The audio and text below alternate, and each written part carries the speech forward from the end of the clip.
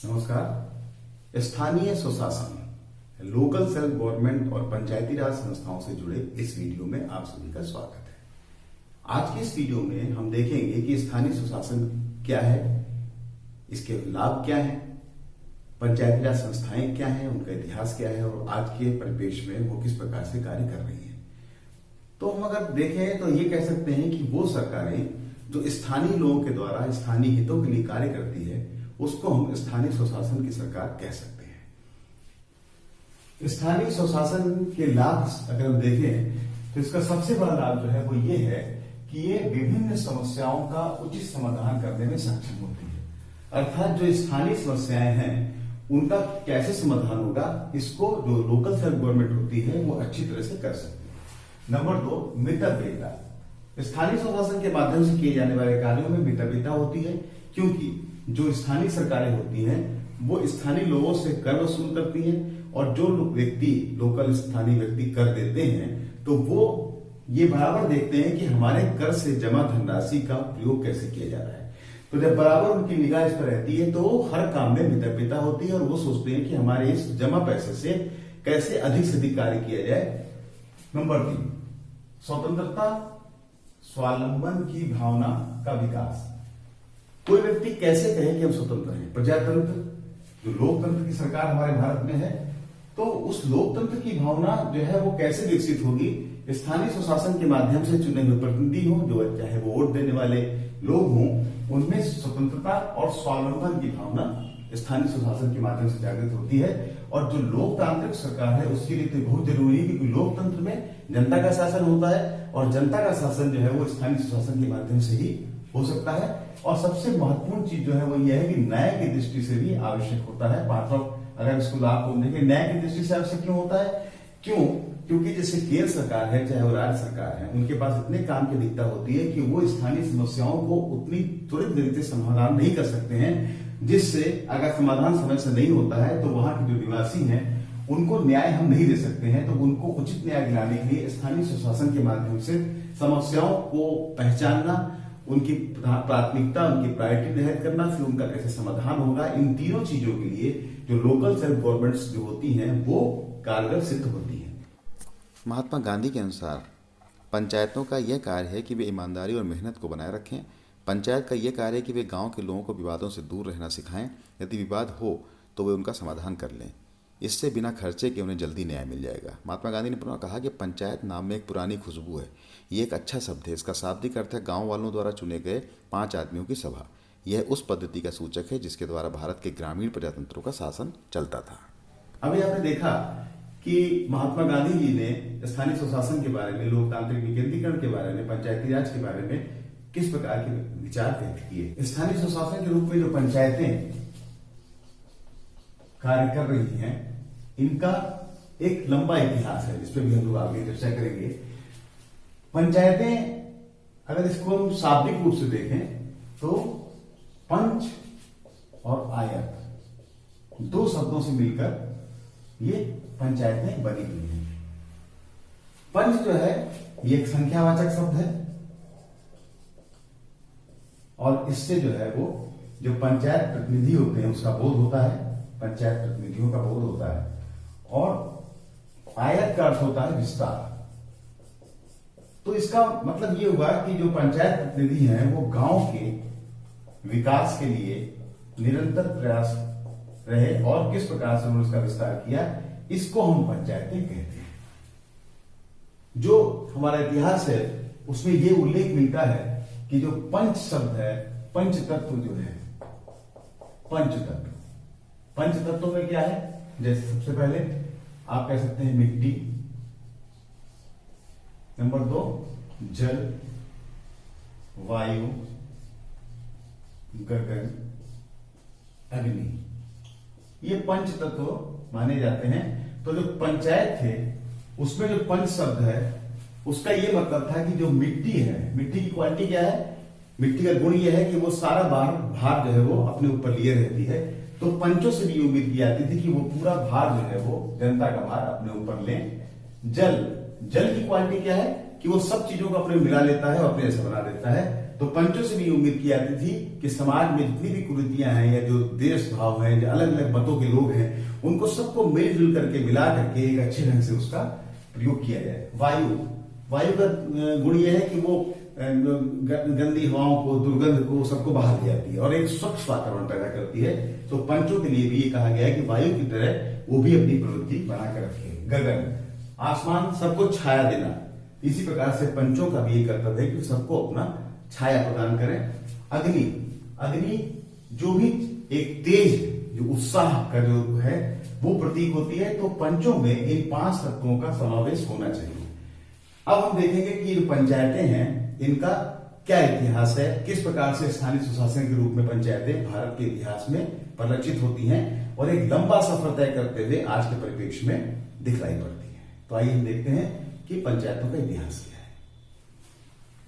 अगर पंचायतों के इतिहास के बारे में हम जब देखते हैं तो सबसे पहले अगर हम देखें तो जो वैदिक काल है इसमें सभा और समिति के नाम से संस्थाएं थी। और जो सभा थी, इस सभा में जो गांव के वयस्क व्यक्ति थे, जो बड़े बूढ़े थे, निर्वाचित लोगों की एक सभा हुआ करती थी। और समिति जो है इसमें एक जन साधारण के लोग, सभी लोग इसमें हुआ करते थे। तो वैदिक काल में इन सभा और समिति का उल्लेख मिलता है। इससे हम जान सकते हैं कि जो हमारी पंचायतें हैं उनका अस्तित्व कितना पुराना है। अगर आप आगे जाएं, महाकाव्य काल को देखें तो महाकाव्य काल में जब रामायण और महाभारत का अध्ययन किया जाता है तो उसमें जो व्यवस्थाएं दिखाई दृष्टिगोचर होती हैं तो उसमें ग्रामी का उल्लेख मिलता है, 10 ग्रामी, विंशति, शतग्रामी, अधिपति का उल्लेख मिलता है। ग्रामीण मतलब एक गांव का, 10 ग्रामी जो है वो 10 गांव की व्यवस्था, विंशति 20 गांव की व्यवस्था, शतग्रामी 100 गांव की व्यवस्था, अधिपति 1000 गांव की व्यवस्था देखी जाती थी। तो महाकाव्य काल में इसका पता लगता है। इसके बाद मनुस्मृति में भी हमको जो है स्थानीय सुशासन के अभिलेख मिलते हैं। मनुस्मृति के अध्याय 7 और 8 में जो श्लोक हैं उससे पता लगता है कि उस समय सभा का अस्तित्व था। उत्थान पश्चिमे यामे कृत शौच समाहिता हुताग्नि ब्राह्मणोश्चार्य प्रवेशेत सा शुभा सभाम, अर्थात रात के पिछले पहर में उठकर शौच आदि कृत से निपट यज्ञ करके ब्राह्मणों को दक्षिणादि देकर राजसभा में प्रवेश करें। दूसरा है सभा वा न प्रवेष्टव्यम वक्तव्यम व समाजसम अबुवन कृभुवन वापी नरो भवती किल्लीवसी, अर्थात विचारहीन व्यक्तियों को पंचायत सभा में नहीं जाना चाहिए। यदि वे जाएं तो उचित पक्षपात रहित न्यायकूल वचन बोलना चाहिए। जो पंच या सभासद उचित और न्यायकूल वचन नहीं बोलता वह पाप का भागी होता है। बौद्धकालीन भारत का अगर अध्ययन किया जाए तो इसमें 16 महाजनपदों का उल्लेख किया गया है। इसमें कुछ महाजनपद जो है वो वहां पर राजतंत्र था और कहीं पर गणतंत्र की व्यवस्था थी जहां पर जनता के द्वारा चुने हुए लोग जाते थे। मौर्य काल का अगर हम अध्ययन करें, मौर्य काल में देखते हैं कि वहां पर जो गांव की व्यवस्था थी और उसको ग्रामीण नाम का जो पदाधिकारी है वो देखता था। गुप्त काल में एक बड़ी अच्छी व्यवस्था थी, राष्ट्र था जिसको युवराज के द्वारा देखा जाता था। राष्ट्र के नीचे भुक्ति, जो आजकल कमिश्नरी कह सकते हैं, इसका व्यवस्थापक उपरी था। फिर विषय, जो जिले के रूप में आज अगर देखा है तो विषयपति, और नगर और पुरों का शासन जो है वो पुरपाल के द्वारा देखा जाता था। चोल वंश में भी जो है ग्राम परिषदों का उल्लेख मिलता है। मध्यकाल में आईने अकबरी आदि जो साहित्य थे उनके अध्ययन से पता लगता है कि मध्यकाल में मुगलों ने पंचायतों को किसी प्रकार का नुकसान नहीं पहुंचाया और उन्होंने इन पंचायतों का उपयोग जो है वो अपने कार्य में किया। आईने अकबरी में दी गई हिदायतों से ये बात निर्विवाद सिद्ध होती है कि मुस्लिम काल में शासन द्वारा देश की पंचायती परंपरा का यथासंभव संरक्षण किया गया। उस समय ग्राम संबंधी सारा कार्य यह पंचायतें ही करती थी। मुस्लिम शासक इनके राजनीतिक महत्व स्वीकार करते भी थे। कुछ शासक इन्हें सैनिक सहायता भी देते थे। मुगल शासन के समय भारत के ग्रामों, ग्रामीण कृषकों एवं ग्राम पंचायतों को पूरी हिफाजत का प्रबंध था। राज्य का कोई कर्मचारी समाज में किसी को सता नहीं सकता था और न ही किसी से रिश्वत ले सकता था। सबसे ज्यादा आघात जो लगा इन पंचायतों को ब्रिटिश काल में लगा, क्योंकि उस समय केंद्रीकरण के लिए कानून बनाए गए, न्याय पंचायतों के स्थान पर उच्च न्यायालय स्थापित किए गए। तो ब्रिटिश काल में सबसे ज्यादा जो है वो पंचायतों को चोट पहुंची। लेकिन लॉर्ड मेयो और लॉर्ड रिपन के टाइम में लोकतांत्रिक विकेंद्रीकरण की बात कही गई, लेकिन उसमें पंचायतों को कोई विशेष लाभ नहीं पहुंचा। सर चार्ल्स ट्रिवेलियन के अनुसार भारत पर एक के बाद एक विदेशी विजेता घाटियों और समुद्र के रास्ते भारत आते रहे और इस देश पर आधिपत्य जमाते रहे, पर यहाँ ग्राम संघ इन ज्वार भाटों के थपेड़ों से अप्रभावित रहने वाली समुद्री चट्टानों की तरह अप्रभावित रहे। किंतु ईस्ट इंडिया कंपनी की लालची मनोवृत्ति ने पंचायतों को धीरे धीरे परंतु निश्चित रूप से विघटन की ओर बढ़ने के लिए विवश कर दिया। मिस्टर टॉरेंस के अनुसार अब नए विदेशी शासकों ने उन पुरानी पंचायतों का पूरी तरह से निरादर किया और उनमें से अधिकांश को उखाड़ फेंक दिया। देसी पंचों की अदालत के स्थान पर 146 जज बैठा दिया गया। तो इस प्रकार से एक लंबा इतिहास पंचायतों का था। अब हम देखेंगे कि जो हमारा भारतीय संविधान हुआ, इतने लंबे रास्ते के बाद, ब्रिटिश काल के आने के बाद जब भारत स्वतंत्र हुआ, तो हमारे स्वतंत्र भारत में पंचायतों की क्या व्यवस्था की गई। स्वतंत्र भारत में पंचायतों के बारे में अगर हम देखें तो जैसा कि हम जानते हैं कि महात्मा गांधी जी ने ग्राम स्वराज पर बहुत बल दिया था और उनके इसी बल देने पर जो भारत का संविधान जब बना तो भारत के संविधान में भाग 4 का अनुच्छेद 40, संविधान के भाग 4 के अनुच्छेद 40 में पंचायतों का उल्लेख किया गया। पंचायतों का उल्लेख किया गया और राज्य सरकारों से यह अपेक्षा की गई राज्य के नीति निर्देशक तत्वों के माध्यम से कि वो अपने राज्य में पंचायतों को गठित कराएं और उनको ऐसी शक्तियां और प्राधिकार सौंपे जिससे वो अपने स्थानीय स्तर के कार्यों को कर सकें। राज्य ग्राम पंचायतों का संगठन करने के लिए कदम उठाएगा और उनको ऐसी शक्तियां और प्राधिकार प्रदान करेगा जो उन्हें स्वायत्त शासन की इकाइयों के रूप में कार्य करने योग्य बनाने के लिए आवश्यक हो। यहां पर पंचायतों को संवैधानिक दर्जा नहीं प्राप्त था, बल्कि राज्य के निर्देशक तत्वों में ये उल्लेख किया गया था। इसके बाद 2 अक्टूबर 1952 को सामुदायिक विकास कार्यक्रम बहुत बड़े पैमाने पर लागू किया गया और 2 अक्टूबर 1953 को राष्ट्रीय प्रसार सेवा कार्यक्रम लागू किया गया। लेकिन ये दोनों ही कार्यक्रम जो थे वो सफल नहीं हुए क्योंकि इसमें जो जनता थी उनकी प्रतिभागिता सुनिश्चित नहीं की गई थी और इस वजह से ये दोनों ही कार्यक्रम सफल नहीं हो पाए। इसके बाद 1957 में बलवंत राय मेहता की अध्यक्षता में एक समिति स्थापित की गई और यह कहा गया कि इन कार्यक्रमों को सफल होने में क्या दिक्कत आई, आगे क्या प्रयास किए जाएं। तो बलवंत राय मेहता ने 1958 में अपनी रिपोर्ट जो है वो प्रस्तुत कर दी और त्रिस्तरीय पंचायती राज की सिफारिश की। 1959 में राजस्थान के नागौर स्थान पर सबसे पहले पंचायती राज प्रणाली स्थापित की गई। इसके पश्चात 1977 में अशोक मेहता की अध्यक्षता में एक समिति गठित की गई। इस प्रकार से प्रयास होता रहा कि किस प्रकार से पंचायतों को सशक्त बनाया जाए और अंत में जाकर के 73वां संविधान संशोधन अधिनियम 1992 लागू हुआ, जो 24 अप्रैल 1993 से लागू हो गया और इन पंचायतों को एक संवैधानिक दर्जा प्राप्त हो गया। अब हम देखेंगे कि जो ये 73वां संविधान संशोधन था, इसमें जो मुख्य बातें थी वो क्या थी और किस प्रकार से इनको संवैधानिक दर्जा प्रदान किया गया और पंचायतें जो है वो अपना कार्य शुरू की। जैसा कि आपको पता है कि पंचायतें वैदिक काल से पंचायतें अपना कार्य कर रही थी, लेकिन 73वें संविधान संशोधन के बाद पंचायतों को एक संवैधानिक दर्जा प्राप्त हो गया और जो इसकी मुख्य विशेषताएं थी, अगर उस पर हम निगाह डालें तो जो 73वां संविधान संशोधन था उसमें सबसे पहले तो एक त्रिस्तरीय पंचायती राज सिस्टम लागू किया गया। त्रिस्तरीय पंचायती राज सिस्टम, त्रिस्तरीय मतलब कि ग्राम पंचायत, क्षेत्र पंचायत और जिला पंचायत,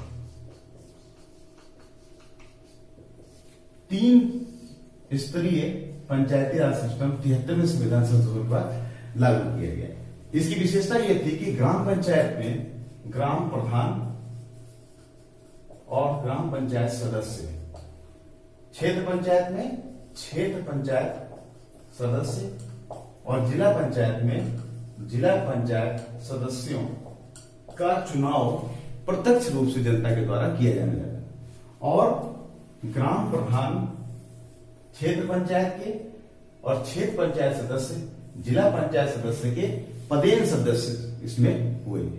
इसी के साथ साथ संबंधित क्षेत्र के लोकसभा सदस्य, राज्यसभा सदस्य, विधानमंडल के सदस्य भी इनके पदेन सदस्य के रूप में कार्य करते थे। दूसरा इससे सबसे महत्वपूर्ण क्या हुआ कि इसमें हर 5 वर्ष पर चुनाव की व्यवस्था की गई कि हर 5 वर्ष में निर्वाचन किया जाएगा। फिर इसमें आरक्षण की बात भी कही गई कि इसमें महिलाओं को,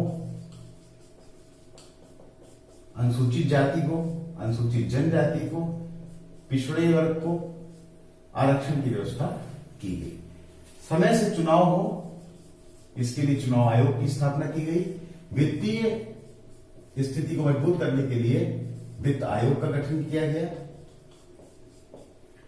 तो इस प्रकार से जो ये पंचायतें थी, त्रिस्तरीय पंचायतों का एक पूरा संवैधानिक ढांचा इसमें पूरा किया गया। इसी के साथ साथ जो 73वां संविधान संशोधन था, अब अगर इसको हम देखें उसमें चेंज क्या हुआ, जैसे कि पहले मैंने बताया था आपको कि पहले संविधान के भाग 4 के अनुच्छेद 40 में पंचायतों के बारे में कहा गया था कि वो राज्य जो है पंचायतों को सशक्त करने के लिए उनका गठन करेंगे और उनको कार्य शक्तियां सौंपेंगे।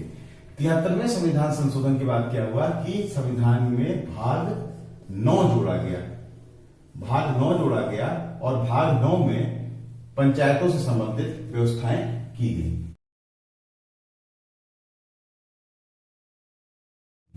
और साथ साथ 11वीं अनुसूची भी जोड़ी गई जिसमें इन पंचायतों के लिए 29 विषय दिए गए कि वो 29 विषयों पर अपना कार्य करेंगे। किसी अगले वीडियो में हम लोग चर्चा करेंगे कि ये गांव पंचायत के 29 विषय कौन कौन से। तो इस प्रकार से ये एक 73वें संविधान के संशोधन के से पूरी की पूरी त्रिस्तरीय पंचायती राज व्यवस्था लागू कर दी गई और स्थानीय सुशासन के रूप में एक सशक्त माध्यम के रूप में पंचायतें अपना कार्य कर रही है वर्तमान में। अब अगर हम देखें तो जैसा कि हम जानते हैं कि जो भारत है उसकी अधिकांश जनसंख्या जो है वो अधिकांश लोग गांव में रहते हैं और शहर में भी व्यवस्था की गई है। तो गांव के लिए अगर हम स्वशासन की बात करते हैं तो गांव के लिए 73वां संविधान संशोधन और शहरी व्यवस्था के लिए 74वां संविधान संशोधन किया गया। 73वें संविधान संशोधन में जैसे कि बताया था भी आपको कि त्रिस्तरीय पंचायती राज व्यवस्था अर्थात ग्राम पंचायत, क्षेत्र पंचायत और जिला पंचायत की व्यवस्था की गई। वहीं शहरी निकाय के लिए नगर निगम,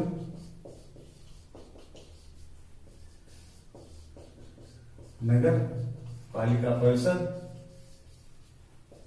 और नगर पंचायत, जो क्षेत्र गांव से शहर की तरफ उन्मुख हुए हैं नगर पालिका, कम आबादी वाले नगर पालिका परिषद और अधिक आबादी में नगर निगम। तो इस प्रकार से गांव में जो एक ढांचा था वो इस प्रकार से और शहरों में जो स्थानीय स्वशासन का ढांचा है वो इस प्रकार से निर्धारित किया गया।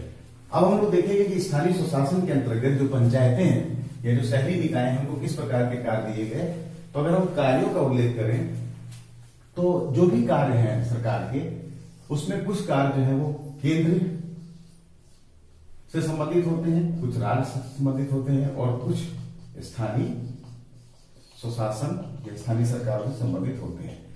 केंद्र के हित के जो विषय होते हैं उनमें जैसे कि वैदेशिक नीति, किसी भी देश की वैदेशिक नीति या मुद्रा से संबंधित, रेल, रक्षा, ऐसी चीजें जो केंद्र से ही संभव है। अब अगर राज्य की बात करें तो इसमें पुलिस आदि आदि इस तरह की। अब हम आते हैं स्थानीय स्वशासन के बारे में। तो स्थानीय स्वशासन को जो विषय सौंपे गए उसमें शिक्षा, क्षेत्र में रहने वाले सभी को शिक्षा। इसके बाद उनके स्वास्थ्य की देखभाल करना, उनको स्वच्छ पीने का पानी मुहैया हो। इसके बाद जो है वहां पर शिक्षा हो गया, स्वास्थ्य हो गया, पानी हो गया। इस प्रकार से जल निकासी, उनकी आजीविका के साधन आदि का कार्य जो है वो स्थानीय स्वशासन के माध्यम से किया जाएगा। तो इस प्रकार से अगर हम कार्य को देखें तो स्थानीय स्वशासन के अंतर्गत पंचायतों के द्वारा शिक्षा, स्वास्थ्य आदि के कार्य किए जाते हैं। स्थानीय स्वशासन या पंचायतों की सफलता के लिए कुछ आवश्यक परिस्थितियां आवश्यक हैं। उसमें सबसे पहले अगर हम देखें तो जो वांछित राजकीय स्थानीय संबंध है वो बहुत जरूरी है। अर्थात जो संबंध है सरकार के जो स्थानीय लोगों के साथ में, तो ये जो राजकीय ऐसा ना हो कि इतना ज्यादा कंट्रोल हो, इतना दबाव हो कि वो अपने इच्छा से काम न कर पाए, वो इतनी ज्यादा स्वतंत्रता भी ना दे दी जाए जिससे उनका जो है वो जो अनुशासन है वही समाप्त हो जाए। तो एक जो है एक मध्यम मार्ग जो है कि वो अपना कार्य धीरे से कर सकते हैं।